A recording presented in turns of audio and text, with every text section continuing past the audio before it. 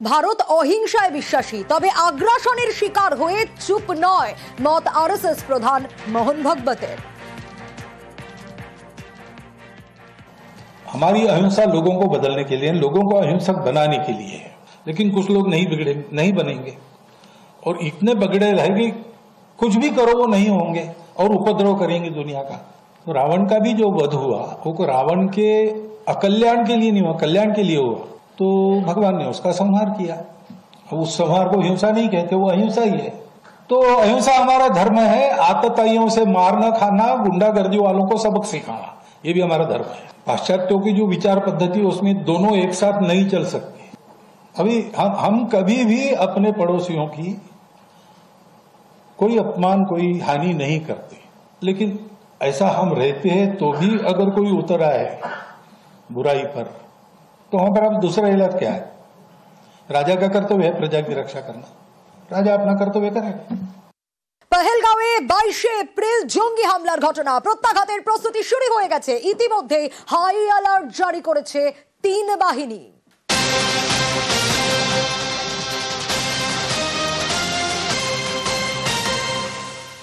পহেলগাঁওয়ের প্রত্যাঘাতের প্রস্তুতি শুরু হয়ে গেছে, যেমনটা আপনাদের বলছিলাম, কারণ ইতিমধ্যেই আপনাদের দেখাচ্ছি এক স্যান্ডেলের সেই পোস্ট। আরব সাগরে মিসাইল টেস্টের পর নৌসেনার রণহুঙ্কার, যে কোনো জায়গায় যে কোনো মুহূর্তের জন্য তৈরি। ইন্ডিয়ান নেভির তরফ থেকে সাফ জানিয়ে দেওয়া হয়েছে প্রতিশোধের হাই অ্যালার্ট 3 বাহিনীর তরফ থেকে।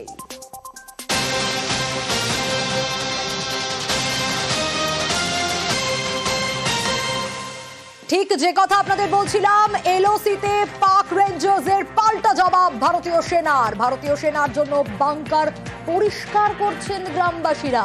সীমান্ত লাগোয়া পুঞ্চে ভারতীয় সেনার পাশে স্থানীয় গ্রামবাসীরা। देखिए, ये बंकर मोर देन सेफ है और मैं इसकी सेफ्टी और इसका अगर आपको पैरामीटर बताने जाऊं तो आज तक ये बंकर्स खड़े हैं, बहुत हेवी शेलिंग में भी खड़े हैं, तो इट मीन्स ये सेफ हैं तभी ये खड़े हैं। ये फुली आरसीसी के बंकर हैं, इनको आपको पता ही है कि कुछ हो नहीं सकता, कि और कोई मटेरियल का होता तो हम लोग भी इतने कॉन्फिडेंट नहीं होते। बॉर्डर में इस वक्त ये चीज है कि कहीं ना कहीं जिन जो पुराने जो बनाए गए थे बंकर, उन बंकरों से लोग दूर भाग गए थे, अब बंकरों का पता भी नहीं था, लेकिन अब फिर से साफ सफाई चल रही है। फिर से एक डर चल रहा है कि कहीं दोबारा से कहीं फायरिंग ना हो और फिर से हम जो है अपनी जानें बचाने के लिए जो है इन बंकरों में दोबारा से जाना पड़े। तो ये एक कहीं ना कहीं एक डर का माहौल जो है वो जरूर है। কাশ্মীর, আর কাশ্মীর মানে সবার প্রথম যে নামটা মাথায় আসে ডাল লেক। আর এই ডাল লেকে পর্যটকদের ভিড় থাকতো, হ্যাঁ, কিন্তু জঙ্গি হামলার পর এখন ভরা মরশুম, কিন্তু সেই ডাল লেকের ছবিটা দেখুন, একেবারে অন্য ছবি। ফাঁকা ফাঁকা হোটেল, ব্যবসায় মার খাচ্ছেন ব্যবসায়ীরাও। এখানে 10-15 বছর ধরে এই দাদার সঙ্গে, কার্তিকবাবুর সঙ্গে আমরা সবাই একসঙ্গে কাজ করি। এপ্রিল মাসে প্রচুর ভিড় থাকে, সারাদিন খাওয়া দাওয়া মোটামুটি আমরা কাজের মধ্যে থাকি। বসার জায়গা দিতে পারেন? হ্যাঁ, বসার জায়গা দিতে পারি। অনেক লাইন পড়ে যায়, চিন্তা তো হচ্ছে সবার, টুরিস্ট পার্টিদের চিন্তা হচ্ছে, আমাদের চিন্তা হচ্ছে, বাড়ির লোকও চিন্তায় আছে, সবার বাড়িতে। বাড়ির সবাই তো চিন্তা করছে বলে কি হবে না হবে। আমাদের তো ভয় লাগছে যে এখানে যদি কোনো কিছু হয়ে যায় তারপরে তখন আমরা কোথায় কি করব না করব, সেই তো একটা চিন্তা। তারপরে দ্বিতীয়ত আমাদের এইসব ব্যবসা কাজ থাকবে কিনা, হোটেল যদি বন্ধ হয়ে যায় তখন আমরা কোথায় যাব, কি করব, এরকম নানা রকম চিন্তাধারায় পড়েছি। 22 তারিখে এসেছি বেড়াতে। কাদেরকে নিয়ে এসেছে? আমার ছেলে, বৌমা, নাতি। আচ্ছা, তো 22 তারিখে এসেছেন, সেদিনই তো পহেলগাঁওয়ের ঘটনাটা ঘটেছে। হ্যাঁ, আমরা এসে শুনলাম যে 22 তারিখে পহেলগাঁও এরকম ঘটনা হয়েছে। তারপর আমরা মোটামুটি সেদিনকে কোথাও যাইনি, তার পরের দিন একটু ঘুরতে গেছিলাম আর কি। না, এখানে কিছু ভয় নেই, এখন সব জায়গায় সিকিউরিটি জোর করেছে, আর্মি পার্সন, সিআরপিএফ সব জায়গায় দিয়েছে। যেমন আমরা গুলমার্গে গেছিলাম, সোনমার্গের ওদিকে গেছিলাম, সেখানেও দেখেছি পর্যাপ্ত পরিমাণে সিআরপিএফ দিয়েছে। আমাদের এটা সেকেন্ড টাইম। আমরা 2018-তে এসেছিলাম, তখন আর্টিকেল 30A লেগেছিল, দুদিন স্ট্রাইকে পড়েছিলাম, তারপর আমরা থেকে গেছি, কিন্তু আমাদের গভর্নমেন্টের উপরে পুরো বিশ্বাস আছে। তো এখানে যথেষ্ট দেখলাম সিকিউরিটি প্রচুর আছে, ভয়ের কিছু নেই। ঠিক আছে, আমরা এমনি গুলমার্গ, গন্ডোলা ঘুরেছি, ভয়ের কিছু নেই, কারণ নেই। আমরা পহেলগাঁওটা না গেলেই হলো আর কি। ডাল লেকের ধার ঘেঁষেই বাঙালি হোটেল সোনালী খাবার হোটেল। দীর্ঘ 12 বছর ধরে এখানেই হোটেল চালাচ্ছেন পূর্ব মেদিনীপুরের কার্তিক চন্দ্রগিরি, এবং এই যে হোটেলের ছবিটা দেখছেন এই ছবিটা তাদের কাছে অপরিচিত। বিশেষত এপ্রিল মাসের গরমে যখন প্রচুর টুরিস্টরা আসেন সেখানে এত খালি হোটেল তাদের দেখতে হবে সেটা তারা ভাবেননি। কার্তিকবাবু, এই মুহূর্তে কি অবস্থা, কতটা সমস্যার মধ্যে রয়েছে? আমরা খুব সমস্যা এবং চিন্তার মধ্যে রয়েছি।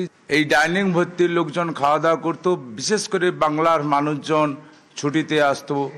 এদিন আমরা কোনোদিন দেখিনি, জানি না কোথা থেকে এই অ্যাটাক হয়েছে। তো কাশ্মীরের মানুষজন খুবই ভালো। আমি প্রায় 12টা বছর কাটালাম এখানে। আমরা পূর্ব মেদিনীপুর থেকে এসেছি, আমাদের লিজের টাকা ধরে রাখুন 20 লক্ষ টাকা 8 মাস। এই 8 মাস বিজনেসের মধ্যে 4 মাস আমরা বিজনেস করি। আমরা চাইছি কাশ্মীর যত তাড়াতাড়ি সঠিক হবে আমরা সচ্ছল জায়গায় ফিরে যেতে পারবো। কার্তিক বাবুর মতোই এই এখানে যারা কর্মীরা রয়েছেন তারাও প্রত্যেকে চাইছেন যে কাশ্মীরের পরিস্থিতি স্বাভাবিক হোক, আবার আসুন টুরিস্টরা, তার কারণ তাদের রুটি রুজি সবটাই ভরসা হয়ে রয়েছে এই টুরিস্টদের ওপরেই। শ্রীনগর থেকে ক্যামেরা পার্সন আপু পাঠকের সঙ্গে মৈত্রী ভট্টাচার্য, নিউজ 18 বাংলা। আর পেহেলগাঁও জঙ্গি হামলায় নিহত সমীর গুহর বাড়িতে এনআইএ আধিকারিকরা পৌঁছে যান। শনিবার বেহালার শখের বাজারে সমীর গুহর বাড়িতে যান 3 সদস্যের এনআইএ টিম। স্ত্রী মেয়ের সামনে সমীর গুহকে গুলি করে খুন করেছিল জঙ্গিরা। প্রায় 4.5 ঘন্টা বেহালার বাড়িতে ছিলেন এনআইএর প্রতিনিধিরা। ঘটনার সময় কি পরিস্থিতি ছিল তারই বয়ান রেকর্ড। ঘটনার দিন কি কি ঘটেছিল, কখন গুলি চালায় জঙ্গিরা, গুলি চালানোর আগে কি করেছিল, এই সমস্ত বিষয় বয়ান রেকর্ড।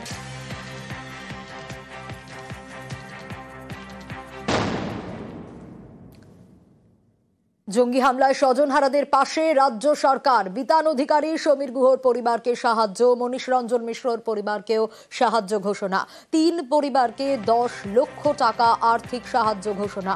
শহীদ জওয়ান ঝন্টু শেখের পরিবারকেও আর্থিক সাহায্য। শহীদ ঝন্টু শেখের স্ত্রীকে সরকারি সাহায্য। নবান্নে ফোন বার্তায় সাহায্য ঘোষণা মুখ্যমন্ত্রীর। বিতানের বাবার জন্য মাসিক 10,000 টাকা পেনশন। আমরা 10 লাখ টাকা করে পরিবার প্রতি দেব এই পরিবারগুলোকে যারা টেরর আটাকে মারা গেছে এবং আর্মি ভাই তিহট্টে মারা গেছে। বাবা মা যাদের আছে খুব সিনিয়র, তাদের আমরা টাকাটা দুভাগে ভাগ করব। 5 লাখ টাকা ওয়াইফের নামে যাবে, 5 লাখ টাকা যাবে বাবা মার নামে। আর একটা যে বিচারের বাবা মা যে আছে তারা খুবই বয়স্ক, তার ছেলের পয়সায় ওষুধ কিনতে হতো। আমি বিতানের বাবার নামে একটা ছাত্রছাত্রী কার্ড আজকে করে দিতে বলেছি লোকাল কাউন্সিলরকে। বিতানের বাবার নামে একটা 10,000 টাকার পেনশন আমরা করে দিচ্ছি, যাতে ওনার মেডিসিনের জন্য কোনো অসুবিধে না হয়। প্লাস 5 লাখ টাকা ছাত্রছাত্রীর কার্ড দিচ্ছি এবং বাবা মার নামে 5 লক্ষ টাকাও আমরা দেব। পরিবার প্রতি 10 লক্ষ টাকা করে আমরা দেবো রাজ্য সরকার থেকে। এই যে 5টি পরিবার আছে, 5টি পরিবারকে তিহট্টের যাওয়ার কথা হয়েছে, তাকে আমরা একটা চাকরি করে দেবো আইন অনুযায়ী। বাংলার 2 জেলায় 2 রকমের ছবি। বুধবার থেকে পাকিস্তানের হাতে বন্দী বাংলার জওয়ান পুরন কুমার সাউ। হুগলির রিষড়ায় তার পরিবার উৎকণ্ঠায় দিন কাটাচ্ছে।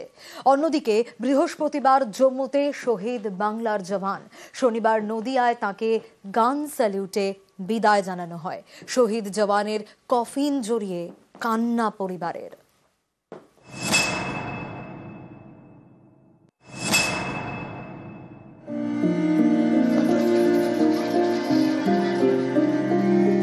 মায়ের চোখে জল, উৎকণ্ঠা। ছেলে জওয়ান পুন্নম কুমার সাউ বুধবার থেকে পাকিস্তানের হাতে বন্দী। মঙ্গলবার কাশ্মীরের পেহেলগাঁওয়ে জঙ্গি হামলা হয়। নিরীহ পর্যটকদের বেছে বেছে খুন করা হয়। পরের দিনই অর্থাৎ বুধবার পাকিস্তানের হাতে বন্দী বাংলার জওয়ান পুন্নম কুমার। বাড়ি হুগলির রিষড়ায়। পাঞ্জাবের ফিরোজপুরে টহলের সময় ভুল করে পাকিস্তানে ঢুকে পড়েন তিনি। বুধবার থেকে পাকিস্তান রেঞ্জারদের হেফাজতে বাংলার জওয়ান। উদ্বিগ্ন তার পরিবার। পরিবারের দাবি, শনিবার পাঠানকোটে বিএসএফ এর কমান্ডিং অফিসারের সঙ্গে জওয়ানের বাবার কথা হয়। এখন কিছু খবর হয়নি, ওর প্রসেস চলছে। আমি সিওকে ফোন করলাম, পাঠানকোট বিএসএফ 24 নম্বর ব্যাটালিয়ন, প্রশাসন চলছে, ওর ব্যাপারে হচ্ছে, চেষ্টা আমাদের লেগে আছি। পাকিস্তানের হাতে বন্দী বাংলার জওয়ান, পরিবারের দাবি কি পরিস্থিতিতে রয়েছেন পূর্ণম কুমার, সদুত্তর পাচ্ছেন না তারা। তাই স্বামীর খোঁজে রবিবার পাঠানকোট পৌঁছানোর সিদ্ধান্ত জওয়ানের স্ত্রীর, সঙ্গে পরিবারের আরো 5 জন। 4 দিন হয়ে গেল স্যার, একটা মানুষ মিসিং আছে, কোনো খবর পাচ্ছি না, ওকে কি রকম রেখেছে, খাওয়া দাওয়া দিচ্ছে কিনা কিছুই জানতে পারছি না। আমরা বেরোচ্ছি এখান থেকে, হাবড়া থেকে পাঠানকোট যাবো, যেখানে ওনার পোস্টিং ছিল। ভরসা হারিয়ে ফেলিনি স্যার, আমরা কোনো খবর পাচ্ছি না, সেই জন্য আমরা যাচ্ছি, অ্যাটলিস্ট গিয়ে ওইখানে কিছু তো আমরা খবর পাবো।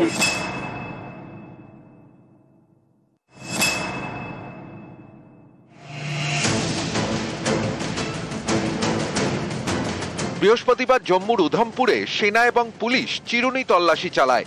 সেখানে জঙ্গি নিকেশের লড়াইয়ে শহীদ বাংলার জওয়ান ঝন্টু শেখ, বাড়ি নদিয়ার তেহট্টে।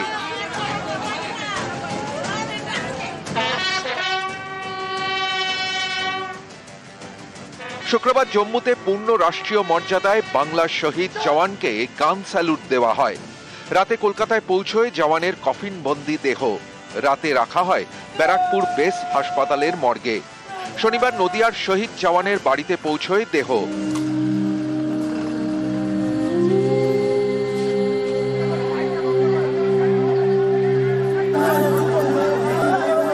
কফিন জড়িয়ে কান্না শহীদ ঝন্টু শেখ। দেশের জন্য আত্মবলিদান বাংলার জওয়ানের। নদিয়াতে গান স্যালুটে তাকে বিদায় জানানো হয়।